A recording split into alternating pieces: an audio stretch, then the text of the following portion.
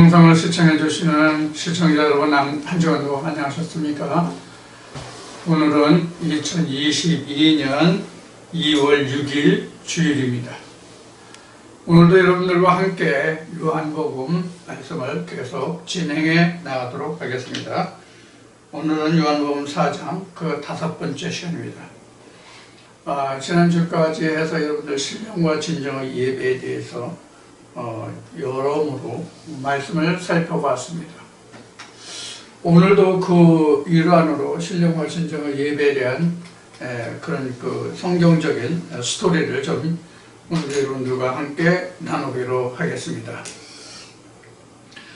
이렇게 그 말씀을 여러 부분으로, 여러 분야로 많은 말씀들을 우리가 상고해 보는 것은 뭐 구약이다 신약이다를 막론하고 하나님의 말씀이 어떻게 언제 기록되고 그 시작이 있었는가 하는 것을, 그러니까 우리가 세상의 말로는 온고이지신잖아요. 과거가 없는 현재는 없는 거예요. 그래서 과거, 지난 날이 있기 때문에 오늘이 있는 것이죠. 그래서 오늘도 그런 의미에서 말씀을 상고해 보도록 하겠습니다.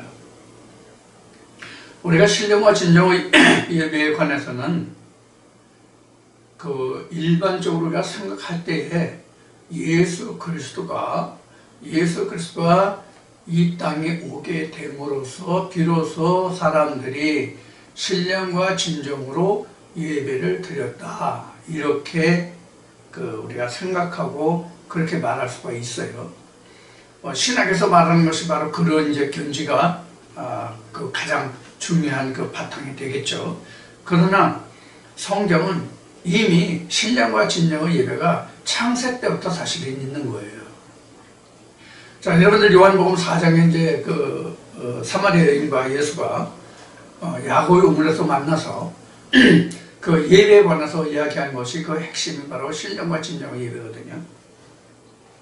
그러면 신령과 진정의 예배라는 그 핵심은 뭐가 핵심이냐면, 나와 예수 그리스도가 함께 드리는 제사, 나와 예수 그리스도가 한 마음 한 뜻으로 드리는 제사가 신령과 진정의 예배다, 이렇게 우리가 말할 수가 있어요. 그러니까 예수가 말한 대로 하나님은 영신이 이렇게 예배하는 자를 기뻐 찾으십니다 하는 말씀이 나오죠. 바로 그런 거예요. 그래서 하나님은 영이시기 때문에 신령과 진정으로 예배하는 자를 기뻐 찾으시고 받으신다는 뜻이잖아요. 그럼 신령과 진정이 뭐예요? 뭐 헬라어로 신령과 진정이 뭐다 하는 단어를 아는 것이 신령과 진정의 예배가 아니에요. 하나님과 그의 보내신 자 아는 것은, 즉 유일하신 참 하나님과 그의 보내신 자를 아는 것으로 예배하는 것이 신령과 진정이에요. 그러니까 참이라고 하는 것은 예수 그리스도와 하나님뿐이 없다 하는 뜻으로 사용된 말이에요. 그러면 성경은 이와 같이 신령과 진정의 예배를 드리기 위해서 어떻게 기록하고 있고 성경은 어떻게 시작하고 있느냐 하는 거예요. 사실은 성경은 이와 같이 아들이 드리는 신령과 진정의 예배를 받으시기 위해서 하나님은 창세기에 뭐라고 맨 먼저 기록하고 있냐면 창조했다라고 기록하고 있는 거예요. 무엇을 창조해요? 아들을 창조하는 거예요. 아들을. 우리는 창조했다라는 말인데, 창조했다라는 말로 번역되어 있는데 사실은 아들을 지었다가 창조해요. 하나님의 아들을 지었다가 창조란 말이에요. 본래 모든 인간은 피와 피로, 즉 혈연으로 이어지잖아요. 혈연으로 이어져 가지고 그 가족이 후대가 형성이 되지만 하나님은 말씀으로 지어지잖아요. 그래서 요한복음 1장에서 우리가 공부했듯이 하나님은 무엇이라고 정의하냐면 말씀이다 이렇게 정의한 거예요. 이것을 예수님은 뭐라고 이야기하냐면 인간은 아래에서 났고 하나님의 아들 즉 예수는 위에서 났다 이렇게 얘기하는 거예요. 그럼 위와 아래의 차이는 뭐냐? 위와 아래의 차이는 뭐냐? 우리가 생리학적으로 따지면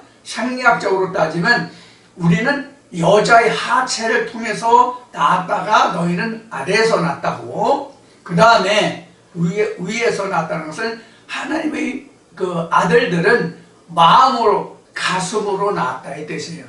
즉 이데올로기예요. 세상적인 사상으로 얘기하면 이데올로기라고 해요. 예를 든다면 성경에서 이 이데올로기에 대해서 말을 한다면 사도 바울이 디모데를 자기 아들이라고 그러죠. 어떤 아들이에요? 믿음으로 난 아들이란 말이에요. 그러니까 그건 이데올로기예요. 즉 사상적으로, 정신적으로, 마음으로, 가슴으로 낳은 아들이란 말이에요. 니고데모는 바울에게 그런 아들이라고. 그래서 우리 그 말도 자기가 자기 몸을 통해서 낳은 자식이 있고 가슴으로 낳아서 키운 자식도 있고 이러죠. 그런 것을 우리가 예를 들어서 말하면 이해를 여러분들이 하실 수 있을 거예요. 자, 그 다음에는 위에서 났다 아래에서 났다의 뜻이 뭐냐면 윗물과 아랫물을 두고 말하는 것이 진짜 가장 중요한 내용이에요. 위에서 났다 아래에서 났다의 가장 큰 핵심은 윗물로 났느냐 아랫물로 났느냐는 거예요. 이것도 따지면 방금 말씀드린 이데올로기 문제예요. 사상의 문제란 말이에요. 정신적인 문제란 말이에요. 마음의 문제란 말이에요. 자, 이런 면면들을 두고 우리는 이런 그 신령과 진정의 모든 면을 살펴봐야 돼요. 자, 그래서 방금 전에 창조라고 말했듯이 하나님은 신령과 진정의 예배를 받으시기를 원하시기 때문에, 그런 자를 하나님이 기뻐 받으시기 때문에 하나님은 창조를 하게 되신 거예요. 이것이 우리는 그동안 알아왔던 것이 우리가 살고 있는 천지 만물을 지은 그 근원을 우리는 천지창조라고 보지만, 하나님이 말씀하시는 성경이 말하는 천지창조는 방금 말씀드린 바와 같이 하나님의 영이 없는 인간들에게 하나님의 영을 넣어서 하나님의 영으로 낳은 그 씨를 보려 하심이라 말해요. 그래서 말라기 2장에 기록하신 말씀이 거룩한 씨를 보려 하심이라, 이 말씀과 같이 그런 것을 말하는 거예요. 그래서 신령과 진정의 예배의 역사를 우리가 본다면 지금 말씀드린 바와 같이 창세기 1장 1절로부터 그것을 위해서, 즉 신령과 진정의 예배를 위해서 성경이 기록되어 있다 이렇게 보시면 되는 거예요. 왜? 모든 인간에게는 본시부터 우리가 모태로부터 나옴으로부터 모든 인간은 하나님의 영이 없는 존재이기 때문에, 그런 하나님의 영이 없는 존재에게 하나님의 영을 불어넣어서 그 영이 하나님께 나가는 그런 모양을 하나님은 그리신 거예요. 그것이 창세기 1장 1절에 천지를 창조했다는 내용이에요. 그래서 요한계시록까지 그 천지창조를 어떻게 했고 무엇이 천지창조고 그 결과가 무엇이고 하는 기록이 바로 성경이다 이렇게 정의하면 정확하게 맞습니다. 그래서 신령과 진정의 예배의 시작은 창세기 1장 1절로부터 시작한다. 이것이 가장 정확한 답이에요. 그러면 완성이 어디서 돼요? 신령과 진정의 완성이 어디서 돼요? 요한계시록에서 끝나는 거예요. 사실은 성경 전체를 놓고 말한다면 신령과 진정으로 예배 드릴 수 있는 그 결국이 언제 끝나냐면 요한계시록에서 끝나요. 성경 전체를 놓고 그냥 일반적인 스토리로 말한다면, 그러면 그 정점이 어디냐면 요한계시록 21장에 가서 9절로부터 그 예수의 성령이 그 사도 요한을 성령으로 이끌어서 하나님 높은 산에 이르게 하죠. 그래서 하나님 높은 산에 이르게 해서 예수 그리스도의 영이 사도 요한에게 보여주는 게 뭐예요? 하나님의 신부를 내게 보여주리라 이렇게 얘기하죠. 그리고 하나님의 신부의 모습이 바로 뭐예요? 하나님의 성전됨이 결론이잖아요. 이와 같이 하나님의 성전이 된 그 자체가 하나님께 신령과 진정으로 예배드리는 결과물이에요. 그게. 그래서 우리가 하나님이 천지창조를 하셨다고 하는 것은 그 결국이 뭐냐면 지금 말씀드린 요한계시록 21장 9절 이하에 이를 기록하고 있는, 증거되고 있는, 또 증거되어 있는 하나님의 신부의 모습이에요. 그게 바로 그러한 그 자체가 됐을 때, 그렇게 됐을 때 하나님의 일이 끝이고 그것이 일곱째 날이 마치는 날이고, 그런 때에 바로 하나님께 신령과 진정으로 예배하는 거고, 그러한 자를 하나님이 기뻐 받으시는 거고, 사도 바울이 증거한 바로는 너희 몸을 산 제물로 하나님께 드리는 그 자체가 영적 예배다, 영적 제사다, 이렇게 기록하고 있는 부분이에요. 자, 그런데 우리가 여기서 좀 살펴볼 것은, 첫째, 우리가 하나님께 신령과 진정으로 예배 드렸던 기록을 우리가 한번 좀 찾아보자고요. 성경 구절은 어디에 있든지 제가 생각나는 것, 또 찾은 것은 말씀을 드리겠지만, 그렇지 않은 것들은 그냥 말씀으로만 전하겠습니다. 그냥 결과적으로 나타나는 것만이에요. 지금은 성경 전체를 통해서 이러한 것을 위해서 하나님이 천지를 창조하셨다라는 개론적으로 계류를 말씀드렸고, 여러분들 신령과 진정의 예배를 가장 먼저 드렸던 역사가 여러분들은 어떤 것이라고 생각이 되십니까? 어떤 내용, 성경에 기록된 내용 중에서 어떤 것이 그 성경 중에서 가장 먼저 하나님께 신령과 진정으로 예배 드렸던 것이라고 생각이 됩니까? 여러분들 찬송에 보면 뭐 에녹이 삼명인가 하나님과 동행하시는 그런 얘기 말씀하시죠? 찬송가 나오죠? 응? 무슨 에녹같이 찬송 이름 생각이 안 나네. 그래서 우리가 맨 먼저 하나님께 신령과 진정으로 예배 드렸다고 하는 것이 보면은 우리가 에녹을 들 수 있어요. 에녹이 하나님과 300년 동행하더니 그가 세상에 있지 않고 하나님께 하늘 들렸다 이렇게 들렸다 이렇게 창세기 본 말씀이 기록하고 있죠. 이게 바로 신령과 진정한 예배예요. 그러니까 지금부터 말씀드리는 내용은 우리가 신령과 진정한 예배는 2000년 전 유대 땅에 예수 그리스도가 왔을 때부터라고 해야 되나, 예수의 부활 후에라고 해야 되나, 그때부터 신령과 진정한 예배가 있었다는 것이 아니라 이미 성경에는 신령과 진정한 예배가 있었단 말이에요. 우리가 성경에서 이걸 살펴보자는 얘기예요. 그 다음에 큰 역사로만 한번 살펴볼게요. 큰 역사. 이게 에녹의 사건이 있고요. 그 다음에는 엘리야의 사건이 있죠. 엘리야는 이게 가장 이제 왕상 18장인가요? 18장에 갈멜산. 이게 바로 신령과 진정이잖아요. 바알의 선자들은 이론이 많고 웅장하게 했지만은 하나님이 응답 안 하셨어요.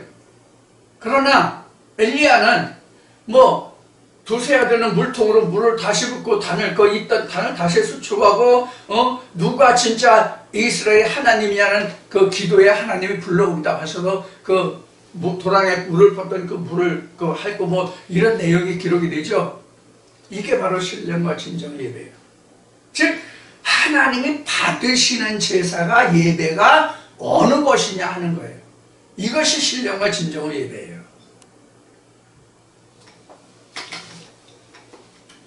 자, 이제 이제 엘리야가 이건 열왕기 상으로 나오는데, 그 다음에 이제 중요한 것을 여러분들에게 두 가지를 말씀드리겠습니다.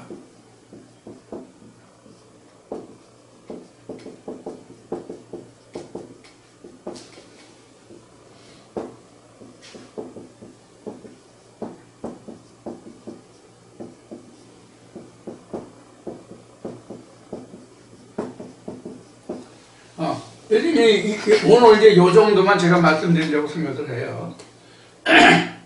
요 정도만 말씀을 드리려고 해요. 자, 이제 우리가 에녹과 엘리야는 여러분들이 그 성경 역사에서 이제 보시는 이제 그대로만 좀 봐주시고요. 그 다음에 노아의 홍수 심판과 아브라함에 대해서는 좀 제가 여러분들에게 말씀드릴 수 있는 데까지 말씀을 드리도록 하겠습니다. 그 노아의 홍수 심판이 왜 신령과 진정의 예배가 되느냐 하는 것부터 우선 말씀을 드릴게요. 자, 이 우리가 신령과 진정의 예배라고 하는 것은, 신령과 진정의 예배라고 하는 것은 어떤 의미가 있냐면은, 찬송가에 기록된 것 같이 나와 세상은 간대었고 구속한 주만 보인다. 이 자체가 신령과 진정의 예배예요. 뭐예요? 순수성이라고 말할 수 있죠. 신령과 진정의 예배라는 것은 순수성, 온전함, 또 험과 티가 없음, 뭐 이러한 것들이 바로 신령과 진정의 예배예요. 그럼 성경에서 말하는 험과 티가 없다, 온전하다, 순전하다 하는 그 자체로 일컬어지는 대상이 뭐예요? 하나님이란 말이에요. 하나님만 험과 티가 없고, 아무런 험과 티가 없고 온전한 하나님이고 그 아들 예수 그리스도예요. 그래서 우리가 신령과 진정으로 예배한다, 험과 티가 없다 하는 것은 바로 이런 거예요. 순수성, 온전함. 이렇게 하는 것이 바로 신령과 진정의 예배거든요. 이 동영상을 들으시는 여러분들도 지금은 제사를 지내지 않을지라도 자기 집 조상들은, 아니면 형제들 중에 누구는, 아니면 집안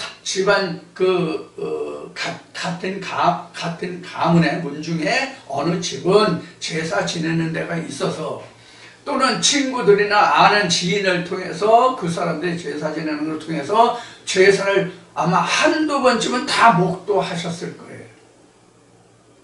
이같이 제사를 다 목도했는데, 세상에 제사를 지내는 사람들은 어떤 사람의 제사를 지내요? 다 그 후손들이 제사를 지내요. 다른 사람의 제사를 지내는 게 아니에요. 그러니까 우리도 하나님께 제사를 한다, 예배를 한다면 우리가 하나님의 아들이 되지 않고는, 즉 하나님의 자녀의 신분이 아니면 하나님께 제사하거나 예배할 수가 없는 거잖아요. 그래서 우리는 앞에 말씀드렸듯이 창조라는 것을 통해서 우리가 하나님의 아들이 되어야만 하나님께 우리가 제사를 하든 예배를 하든 할 수 있단 말이에요. 이 점을 우리가 기억을 하시라는 얘기예요. 제사가 뭔지, 예배가 뭔지. 자, 그래서 이것을 순수하고 온전한 것으로 드려요. 그러면 노아의 홍수 심판과 아브라함의 아들 번제가 왜 신령과 진정의 예배가 되느냐 하는 것을 살펴보기로 하겠습니다. 자, 노아의 홍수 심판은 창세기 9장부터 기록이 되나요? 창세기 9장부터 기록이 되나요? 그러면 노아의 홍수 심판을 통해서 하나님이 하신 게 뭐예요? 노아의 홍수 심판을 통해서 하나님이 하신 게 뭐예요? 홍수 심판을 위해서가 아니라 홍수 심판을 통해서 하나님이 하신 결과는 악을 제하심이에요. 이제 창세기 여러분들 6장 앞에 9장 앞에 창세기 5장까지는 아담의 족보를 기록하고 6장부터 이제 노아에 대해서 기록하잖아요. 그럼 노아는 당신의 의인이었고 이렇게부터 시작하잖아요. 그러면 노아가 당시에 노아를 비웃고 노아를 조롱하는 그런 사람들이 많은 틈바구니 속에서 노아 혼자만 당대의 의인이었고, 그를 인해서, 즉 노아가 당대의 의인임을 인해서 하나님이 노아를 통해서 방주를 짓게 되었잖아요. 노아가 그래서 방주를 짓게 되는데, 바로 그 노아의 방주를 통해서 노아의 가족만이 구원을 얻고 나머지는 다 어떻게 돼요? 죽음을 당하죠. 멸망하죠. 그게 바로 악을 제하는 그런 과정이란 말이에요. 그러니까 노아의 홍수 심판이라든가 계시록에서 인을 떼고 나팔을 잇고 그 다음에 7재앙을 통해서 모든 것을 다 쓸어버리는, 악과 쓸어버리는 그런 과정이 바로 뭐냐면 노아의 홍수 심판과 같은 거예요. 다만 노아의 홍수 심판에서 하나님이 최후로 남겨서 보여주신 것과 요한계시록에서 7대접 재앙을 통하여 남은 결과물이 무엇인지를 보여주신 것과 기록상으로, 문서상으로, 표면적으로 드러난 내용만 달라요. 그래서 노아의 홍수 심판은 결과물로 나타나는 게 뭐예요? 노아의 홍수 심판의 결과물로 나타나는 게 뭐예요? 무지개예요. 무지개예요. 자, 지금은 자연이 많이 대기가 오염이 돼가지고 비올 때 무지개 보기가 지금은 그렇게 쉽지 않습니다. 무지개 보기가 그렇게 쉽지 않아요. 자, 그런데 우리가 무지개를 한번 살펴보자고요. 무지개를 살펴보면 무지개가요 일반 자연 현상에서 나타나는 무지개는 비 오기 전에도 생길 수 있고요, 비 오는 중간에 생길 수 있고요, 비가 온 후에도 생길 수가 있어요. 무지개가 발생하는 게 비가 장대비라고 그럴까, 소낙비라고 그럴까, 이렇게 막 쏟아질 때는 햇빛이 비춰도 무지개가 잘 발생 안 해요. 그럼 무지개가 가장 잘 발생하는 조건이 뭐예요? 빛이 있다고 했을 때에, 빛은 있다고 가정하고, 비가 오지면 빛이 어느 한쪽에서 비칠 때가 있으니까 빛이 있다고 가정하고, 물이 어떤 상태가 되면 무지개가 가장 잘 발생합니까? 빗물이 분사가 돼서 물이 뿜어질 때, 분무가 됐을 때 무지개가 잘 발생해요. 막 장대비 같이 쏟아지는 그때는 햇빛이 비쳐도 무지개 발생 안 해요.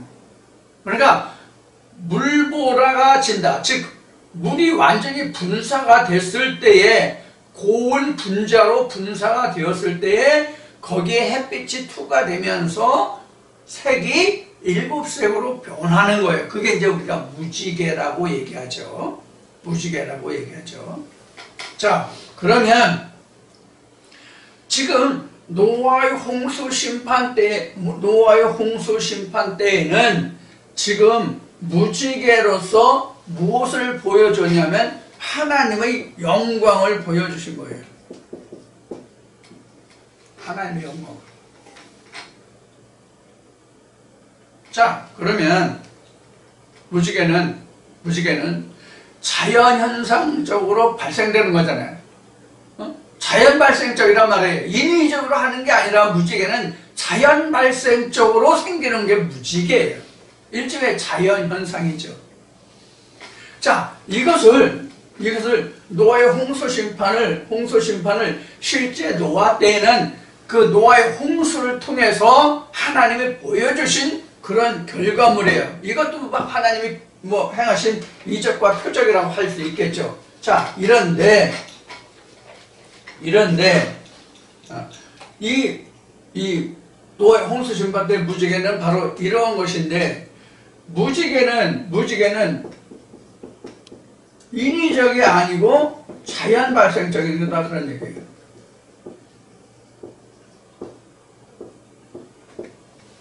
자, 그러면 이 노아의 홍수 심판은 바로 뭐냐면 이 무지개를 볼 수 있는 게 뭐냐면 자연 발생이니까 스스로 자각해야만 볼 수 있는 거예요.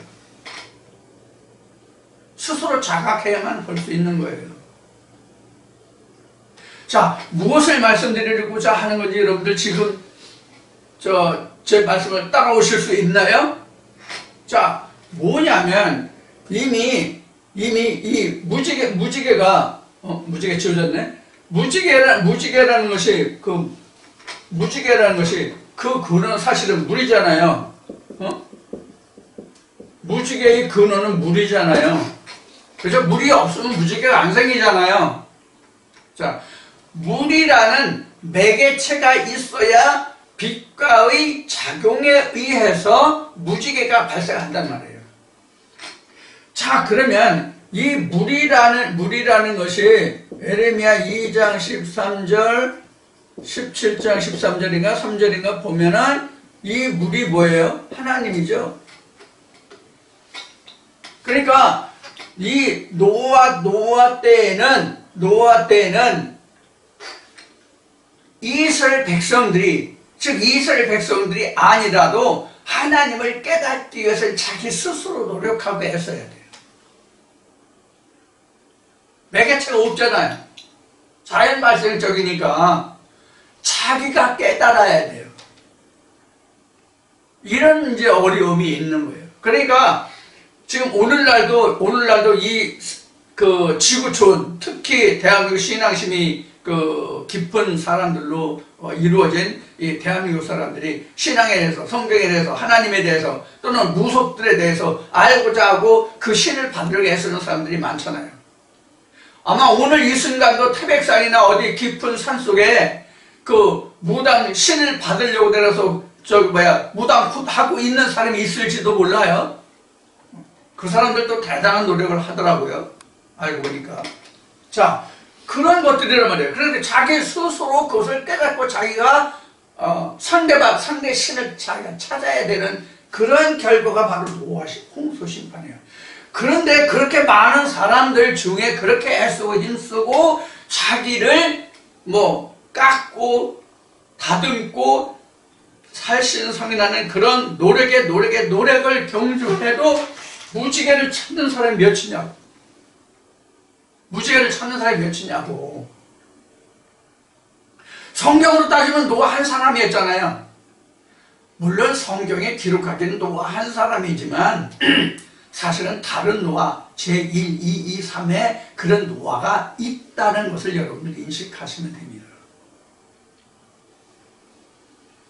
이제 로마서 2장에 가서 이제 기록되는 말씀이기도 하고 말라기 말씀도 기록되는 말씀이긴 한데, 그래서 이 노아의 홍수 심판 때에는 이렇게 자기 노력으로 인해 가지고 무지개를 찾아야 돼요. 그럼 지금 노아 때 이 홍수 심판이라는 것은 바로 뭘 말하는 거냐? 우리가 신약으로 넘어와서 요한계시록 보면 그 노아의 홍수 심판이라는 것은 뭐냐면 7 대접 재앙과 같은 과정이에요. 그런 과정을 거쳐서 최후에 내가 얻어지는 것이 있다면 세상의 모든 것을 다 죽고 멸망하고 없는 거고, 앞에 찬송가사를 얘기한 것이 오직 나를 구속하신 주만 보이는 그때.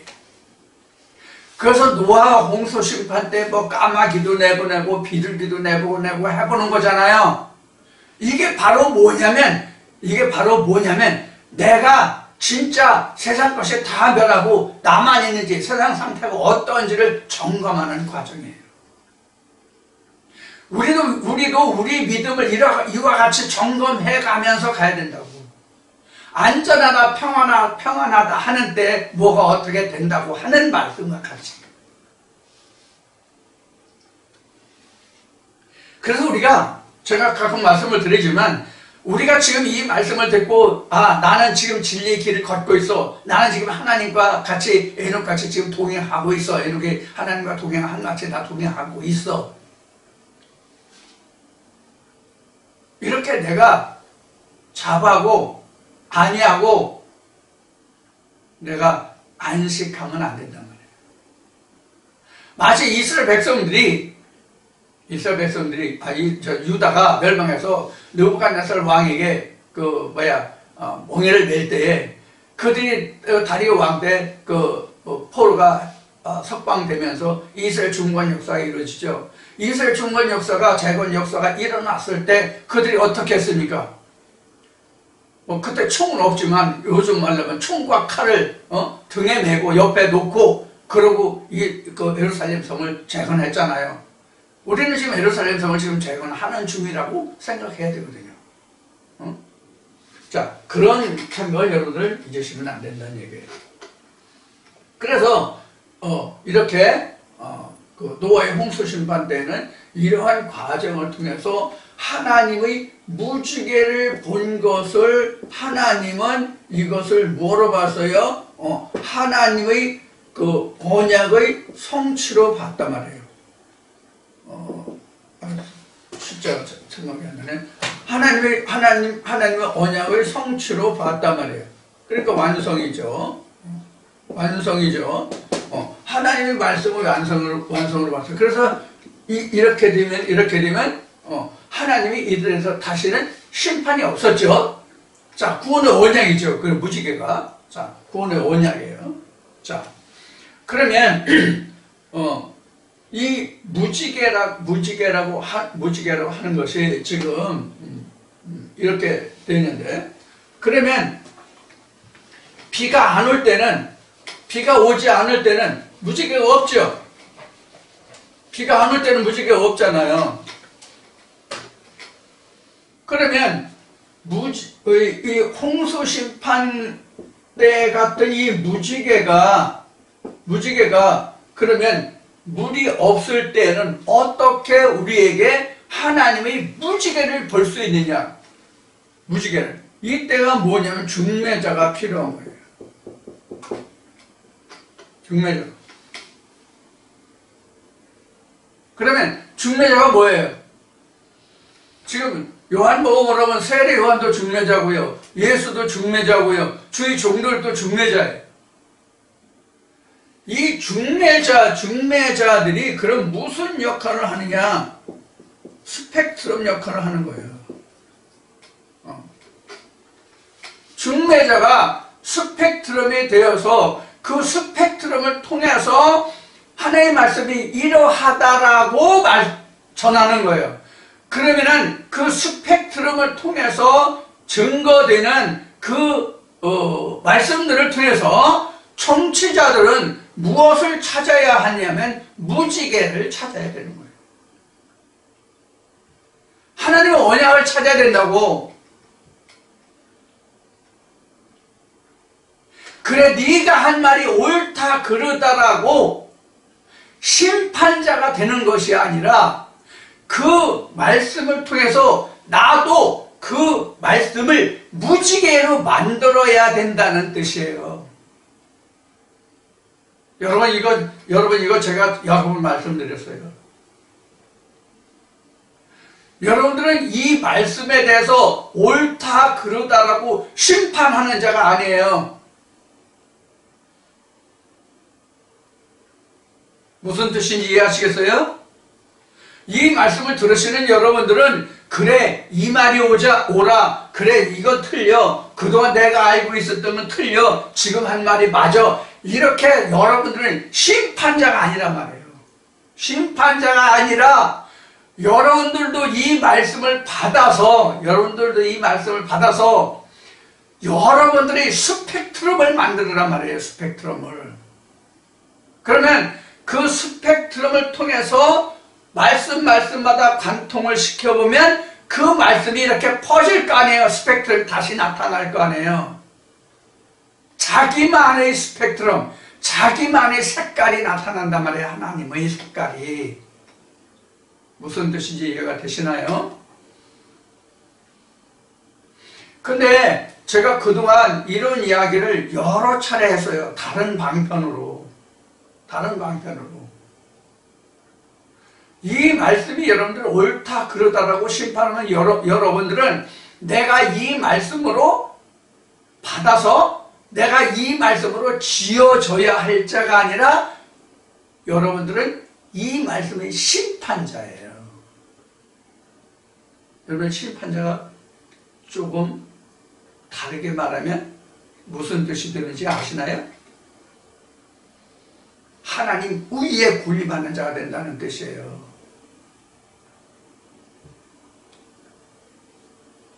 그래서 여러분들이 이 말씀을 들으실 때 그래 과연 말씀이 이렇게 얘기해 그래 네 말이 맞아 이 말이 맞아 이러시기 전에 여러분들은 이 말씀이 왜 이렇게 증거되고 이 말씀이 근거가 무엇이고 다른 말씀들은 어떻게 증거되고 있는가 하는 것을 자꾸 파고들어서 여러분들은 여러분들대로 스펙트럼을 만들어 가야 된다는 얘기예요. 우리가 일상생활에서 살아가면서 일상생활하면서 이 햇빛에 대하여 네가 보는 햇빛과 내가 보는 햇빛이 달라요? 전혀 다르지 않아요. 그런데 이 똑같은 너나 내나 똑같은 햇빛을 세밀하게 관찰하여 보려면 뭐가 필요하냐면 스펙트럼이 필요해요. 그럼 제가 여러분에게 말씀드리는 빛은 뭐고 똑같은 빛은 뭐고 스펙트럼은 뭐예요? 제가 지금 빛이라고 일반 우리가 일상생활에서의 빛, 즉 태양빛을 말하고 있지만 실제로 제가 말씀드리고 싶은 것은 이 하나의 말씀 성경이 우리에게 빛이잖아요.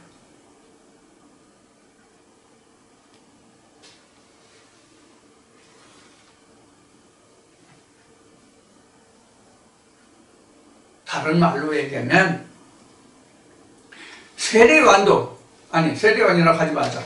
모세도 예수도 우리에게 하나님의 말씀을 조명해 볼 수 있는 스펙트럼으로 하나님이 우리 인간에게 주신 선물이에요. 모세도 예수도. 그러면 구약에서는 모세를 인해서 신약에서는 예수를 인해서 모세를 인해서는 선지자와 선견자들을 뒀고 예수를 인해서는 사도들을 두었어요.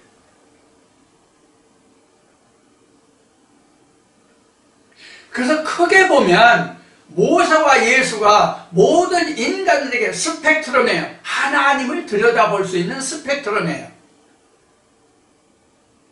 그를 인해서 발생한 남아진 제자들과 그 모든 선지자들과 사도들이죠. 이러한 사람들은 다시 그 다음 세대를 잇는 자들을 위한 스펙트럼이에요.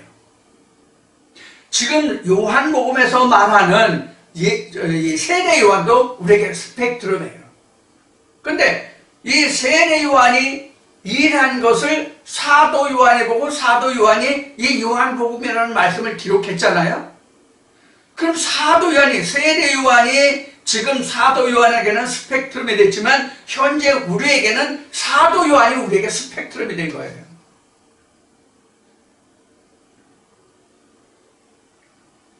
스펙트럼을 통과한 것은 지금 내가 보는 것들이고 스펙트럼을 통과하기 전은 이미 나의 선진들이 믿음의 선진들이 보았던 것들이고 행했던 것들이고 기록들이고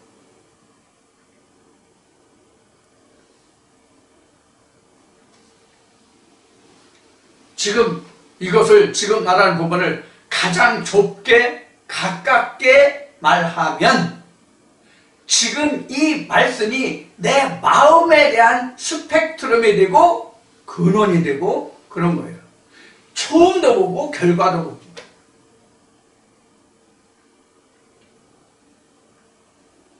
그래서 지난주까지 말씀드렸던 것을 다시 말씀드리면 내가 어떠한 스펙트럼을 거치지 않고 내 스스로가 스펙트럼이 되어서 성경을 무지개 색깔로 볼 수 있다면 그 사람은 뭐가 된 거예요? 하나님의 성전이 된 거예요. 하나님의 아들이 된 거예요.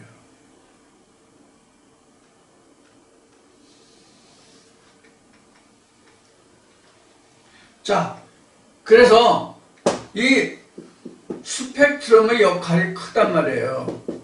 그래서 지금 스펙트럼이라고 지금 얘기했지만 이게 스펙트럼을 성경으로 얘기하면 이게 뭐냐면 선지자의 종류란 말이에요. 이게 어떠한 하나님이 선지자냐 하는 거예요. 그러면 빨주노초 파남보라는 그런 무지개를 형성하는 스펙트럼이 아니면 다 가짜다, 거짓이다. 그런 얘기예요. 그런데 우리가 스펙트럼을 통해서 실제 우리가 사는 이 세상에서의 태양에 대한 그 스펙트럼은 누구나 다 똑같은 스펙트럼으로 햇빛을 투과해 보기 때문에 다 무지개를 봐요. 똑같은 무지개를 봐, 누구든지. 그런데 하나님의 스펙트럼은 그 종류가 엄청나게 많단 말이에요. 그러니까 우리가 단 한 번도 이 세상에 태어나서 진짜 하나님의 스펙트럼을 통해서 하나님의 말씀의 빛에 대한 무지개를 본 경험이 없기 때문에 우리가 무엇이 필요냐면 분별이 필요하고 전쟁이 필요하고 인이 필요하고 하나님의 나팔이 필요한 거예요. 어떻게 진짜 하나님이 인이냐 나팔이냐 거기에서 오는 스펙트럼이 나중에 마지막 전쟁을 통해서 어떤 빛깔을 낼 것이냐 하는 거거든요.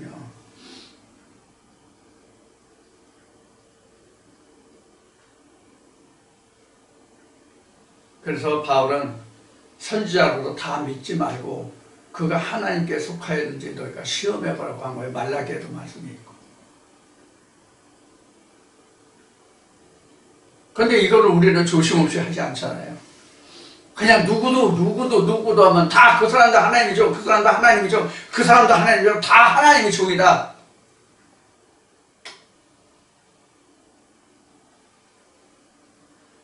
여러분들 보석상에 가도 금도 똑같은 금이 아니에요. 그렇죠? 금이 보통 14, 18, 24 이렇게 정해지나요?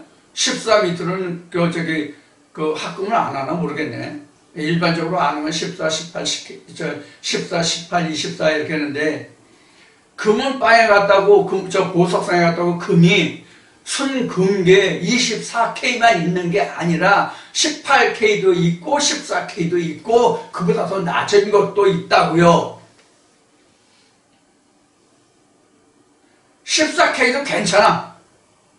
14K만 되면 금방 18K 돼. 18K 되면 금방 24K 돼. 하나님 말씀 안에서는.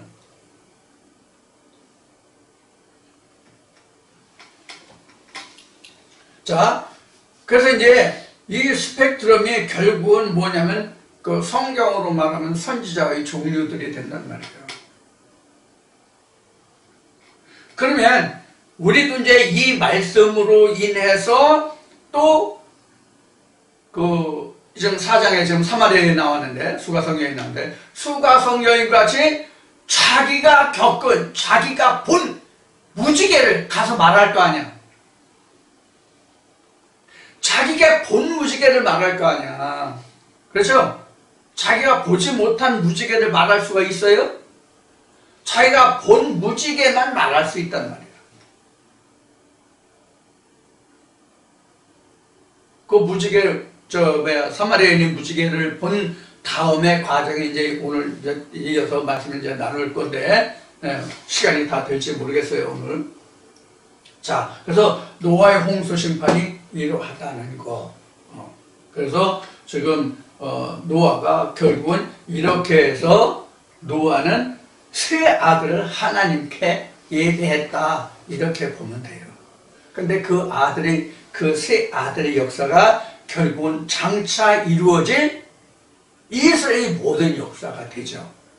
사실은 노아가 세 아들이 있기 때문에 그 뒤에 이어질 가나안 역사가 이어진다 이렇게 볼 수 있어요. 가나안 역사가 예를 들어서 노아에게 아들이 하나뿐이 없었다면 가나안 역사가 성경에 기록될 수가 없어요. 자, 그런 이제 참고로 말씀을 드리고요. 자, 그 다음에 이제 노아의 홍수 심판 후에 이제 아브라함의 역사가 기록이 되잖아요. 자, 그래서 방금 말했듯이 노아는 물의 상징인데 이것은 구약의 상징이에요.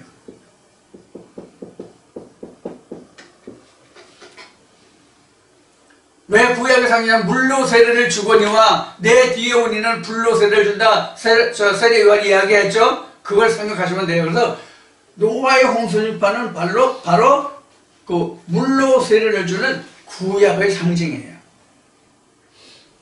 자, 그 다음에 이제 이 아브라함이 지금 이제 구약 얘기해 놨으니까 이게 신약의 상징이에요. 왜? 여기가 불의 역사거든요. 그래서 이삭을 번제로 드리게 되잖아요. 이 번제가 태울 번제 불제사거든요. 그래서 여기서 이제 그 불이 나와요. 그래서 노아는 구약 속의 구약, 아브라함은 구약 속의 신약이래요. 그래서 우리가 아는 것은 구약 때는 어떻고 신약 때는 어떻고 이러는데 그게 아무런 의미가 없단 말이에요. 성경을 모르니까 하는 얘기지.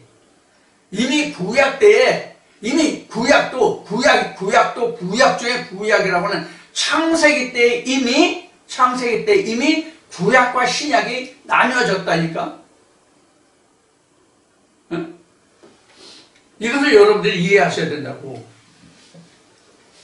자, 그래서 지금 아들의 번제가 지금 나와서 이게 이제 신약이다. 이렇게 이제 여러분들에게 말씀을 드리는데 지금 노아 때는 무지개로 결과물이 나왔잖아요. 그렇죠? 그런데 이거 노아 때예요. 노아 때는 이렇게 무지개로 그 결과물이 나왔어요. 그런데 아브라함 때는 아들로 결과가 나왔어요. 이게 달라요. 그래서 노아 때는 어떤 형상으로 나왔다면 아브라함 때는 뭐로 나왔어요? 실상으로 나왔어요. 그래서 신령과 진정의 예배는 실상이에요. 실상. 히브리서 11장에 기록된 말씀과 같이 믿음은 보이지 않는 것들의 증거였고 실상이란 말이에요.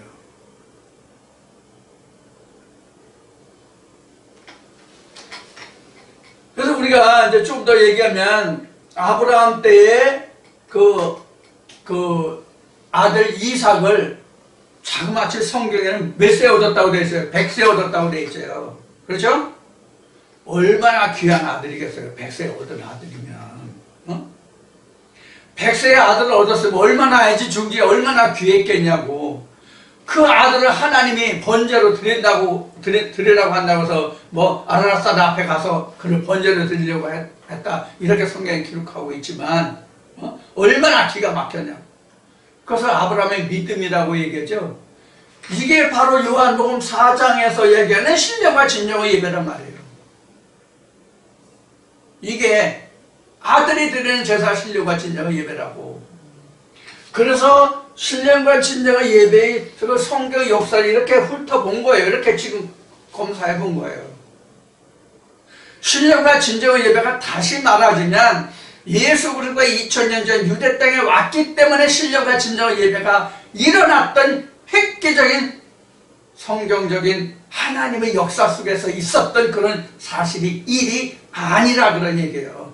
우리가 성경을 보지 못하기 때문에 알지 못하는 것뿐이다 그런 얘기예요. 그러니까 예수가 말하기를 너희가 성경도 하나님도 알지 못해서 오해했도다 이와 같이 우리가 성경을 오해하고 곡해하고 모르는 부분이 한두 부분이 아니에요. 99%가 아니라 제 생각에는 100% 몰라요. 누가? 신학자들이.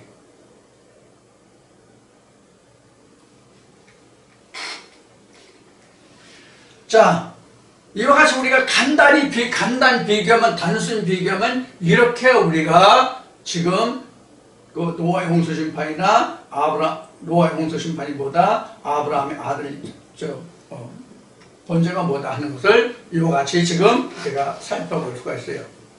이제 이 시간 시간이 좀 지났기 때문에 좀 쉬었다가 하겠습니다. 잠시 후에 다시 뵙겠습니다. 감사합니다.